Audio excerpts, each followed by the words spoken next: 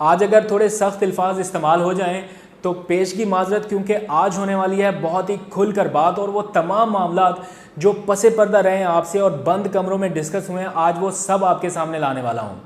पिछले 24 घंटों के दौरान हुकूमत मुखालिफ एक महाज जो आपको सरगर्म होता हुआ नज़र आ रहा है और अचानक से एक सियासी मंजरनामे पर हलचल नज़र आ रही है, इसके पीछे एक बहुत बड़ी वजह है। बहुत बड़े और अहम मुहर्रकात हैं, और आपने अपोजिशन की जानिब से अक्सर ये कहते सुना है कि NRO वो भी इस हुकूमत से हम क्यों मांगेंगे, लेकिन ये बात गलत है। NRO मांग लिया गया है और बंद कमरे के इजलास में मांगा गया है, और हुकूमत से कहा गया है कि अगर ये NRO ना दिया गया तो फिर FATF के मामले पर आपकी हमायत नहीं हो सकेगी। यानी हुकूमत से डील करने की कोशिश की जा रही है, वो भी मुल्की मुफाद पर समझौता करते हुए। लेकिन इसमें बड़ा ट्विस्ट उस वक्त आया जब वज़ीर आज़म इमरान खान ने आज अपने सियासी कैरियर का सबसे अहम और बड़ा फ़ैसला किया, और फ़ैसला ये था कि बंद कमरे इजलास में अपोजिशन ने जो डील करने की कोशिश की है, इस डील को अवामी सतह पर लाया जाए और आवाम को बता दिया जाए कि हुकूमत क्या करने जा रही है, और इसकी राह में रोड़े अटका कर हुकूमत के हाथ पांव बांध कर अपोजिशन किस तरह से ब्लैकमेलिंग करने की कोशिश कर रही है। सिचुएशन इस वक्त ये है कि FATF के मामले पर हुकूमत को 4 बिल्स फौरी तौर पर मंजूर कराने हैं असम्बली से, और हुकूमत के पास इस वक्त अक्सरियत नहीं है।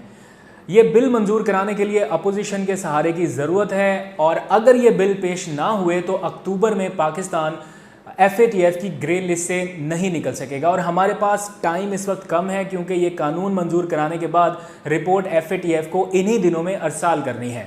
अब इस मामले पर अपोजिशन ने शुरू की है हुकूमत से NRO की डील, और इस डील का बहुत ही भयानक एक मंजरनामा कल बंद कमरे के इजलास में पेश किया गया, और ये मुख्तसर सा इजलास उसी वक्त ख़त्म हो गया जब अपोजिशन ने अपने 35 मुतालबात या अपनी 35 तजावीज़ हुकूमत के सामने रखी और कहा कि अगर FATF के मामले पर आपको हमारी हमायत चाहिए तो बदले में ये सब करना पड़ेगा।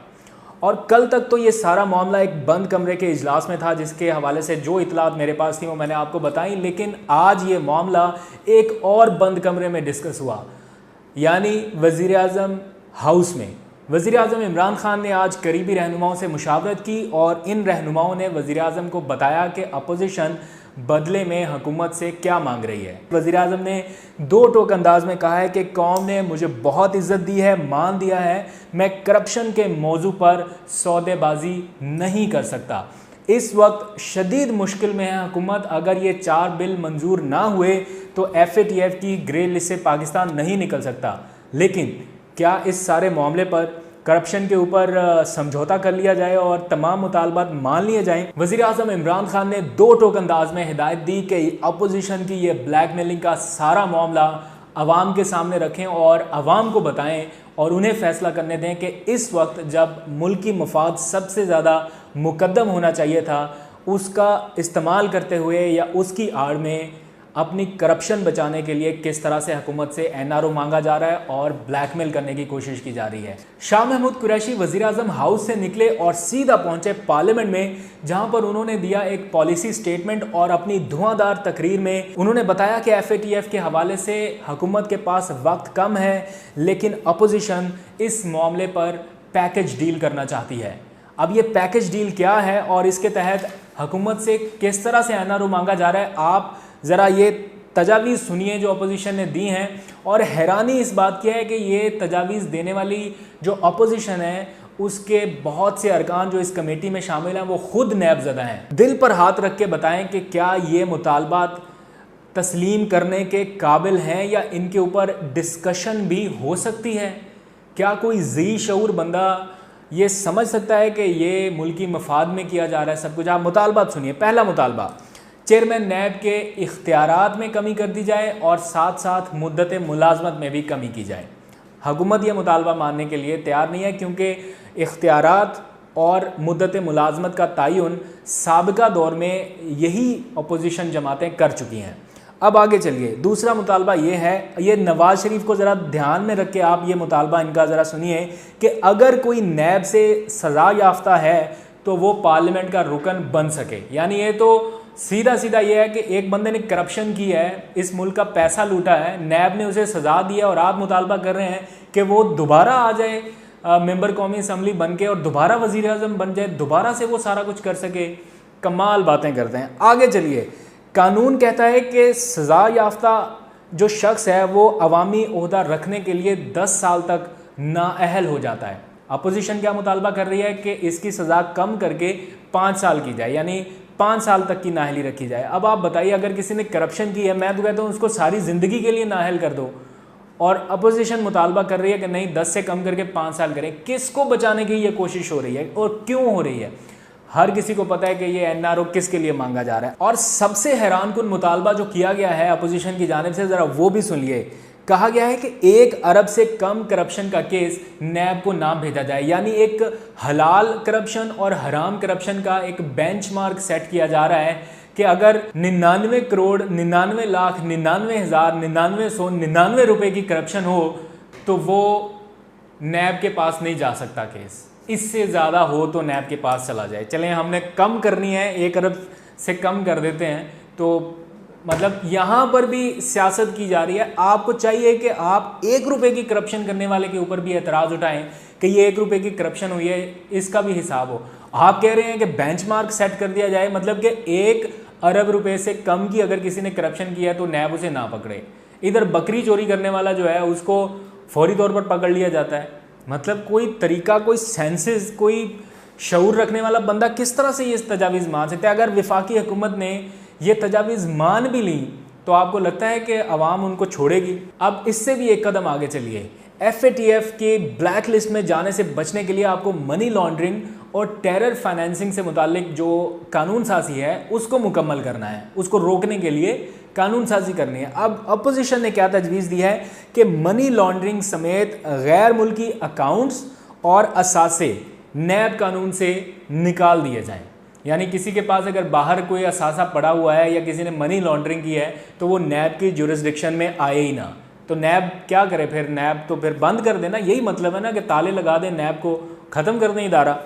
अगर ऐसा हो भी जाए तो फिर FATF के मुतालबात तो नहीं पूरे हो सकेंगे, फिर वो उसकी ग्रे लिस्ट से पाकिस्तान कैसे निकलेगा? कैसे पाकिस्तान ये अफोर्ड कर सकता है? आज थोड़ी देर पहले ही बैरिस्टर शहजाद अकबर जो वज़ीर आज़म के मुआविन ख़ुसूसी बराए एहतसाब हैं उनसे बात हुई। उन्होंने कहा कि अपोजिशन के 35 जो मुतालबात हैं उनका मतलब है कि नैब को बंद कर दिया जाए और FATF के बदले में हुकूमत से जो कुछ मांगा जा रहा है वो PTI की तो क्या कोई भी हुकूमत नहीं दे सकती।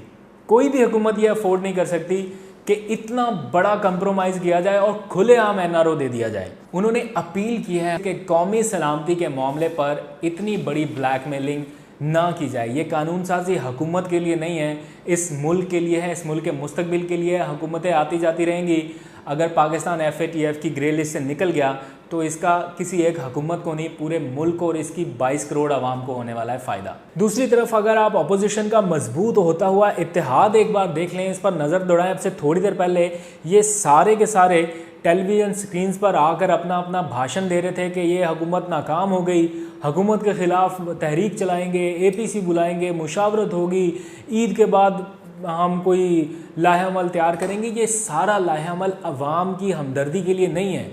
ये मत सोचें कि ये आपके खैर ख्वाह हैं। अवाम की हमदर्दी अगर होती तो ये इतना नुकसान पहले भी ना करते और अभी भी डट कर खड़े होते कि करप्शन करने वालों को इससे भी ज़्यादा सख्त सज़ाएँ दी जाए। जो बंदा करप्शन करने वालों के लिए नरमी की या रियायत की बात करता है वो समझ लीजिए ना इस मुल्क का खैर ख्वाह है ना आपका खैर ख्वाह है। ये महाज इसी तरह चलते रहेंगे, कोशिश जारी रहेगी NRO की, लेकिन तकलीफ़ यही है कि NRO नहीं मिल रहा और ना मिलने वाला है। इसी तरह ईद के बाद एक बार फिर से ये अपोजिशन जमातें सारी इकट्ठी होंगी और आपको APC के नाम पर बहुत कुछ देखने को और सुनने को मिलेगा। लेकिन ना जमहूरियत को ख़तरा है और ना इस मुल्क के एहतसाब के अमल को। अगर ख़तरा है तो ऐसे लोगों से पाकिस्तान की खुद मुख्तारी और जो ऐसे मामलात हैं जो नेशनल सिक्योरिटी से जुड़े हुए हैं उनको है, क्योंकि पाकिस्तान के मफाद के ऊपर समझौता करने वाले लोग पाकिस्तान के खैर ख्वाह नहीं हो सकते। अगर कोई सख्त अल्फाज इस्तेमाल कर दिए आज तो उसके लिए मैं पहले भी माज़रत कर चुका हूँ, एक बार फिर माज़रत कर लेता हूँ। लेकिन जहाँ पर मुल्की मामलात की बात आ जाती है वहाँ पर आप, मैं और सब लोगों को अपने अपने इख्तलाफात भुला देने चाहिए और सबको मिलकर पाकिस्तान के बारे में सोचना चाहिए। कर्ज़ा कमीशन के हवाले से कुछ अपडेट्स हैं। आप लोगों ने पूछा हुआ है कि कर्ज़ा कमीशन का क्या बना, अब वो कब अपनी रिपोर्ट दे रहा है और कहाँ पर सो गया। हम सब लोगों को इंतज़ार है, कब से ढूंढ रहे हैं कहाँ गया कर्ज़ा कमीशन। तो इस बारे में कुछ अपडेट हैं। हुकूमती हलकों में भी थोड़ी तशवीश है और आज एक अहम ख़त लिखा गया है वफाकी वज़ीर की जानिब से। उनके पास कुछ सबूत और शवाहिद भी थे जो उन्होंने जमा कराए हैं। कल इस बारे में आपके साथ तफसील से बात करूँगा। अब तक के लिए इतना ही। अपना, पाकिस्तान का और अपने आसपास लोगों का बहुत सा ख्याल रखिए। अल्लाह हाफ़िज़।